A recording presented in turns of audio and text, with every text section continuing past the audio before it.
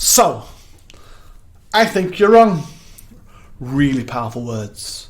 But when you consider the impact they can have on a person receiving them, they're really difficult words to articulate. Very few organizations have the level of trust and collaboration where you can directly challenge them and say, I think you're wrong and this is why. First, you have to have the courage to communicate a problem, and then your colleagues need to receive that message with the intention that you're sending that message.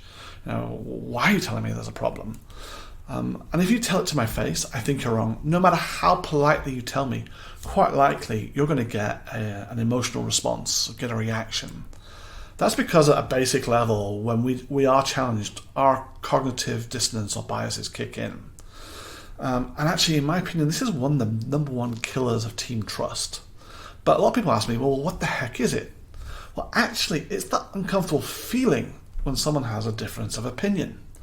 And without getting caught up in the way my brain sees the world, let alone yours, it happens when someone challenges your personal belief system. Another way of thinking about it, dissonance is how do you respond when someone expresses a different idea, right? A small threat, and we're likely not to react. A big threat, and we will likely overreact. And the problem is very hard to change your response. Like, how's your brain work? How you reply to stress. In a work setting, we often convince ourselves that our version is the only version that's really important. Or when someone's threatening us, that's when the dissonance devil kicks in. Even if evidence suggests that there's a different way, better way, alternate, the fear of change, or the fear of the doubts that creep in, stop us accepting wholly someone else's opinion. It's why nobody likes change managers, actually, or at least in the beginning, because they're constantly forcing you to feel uncomfortable.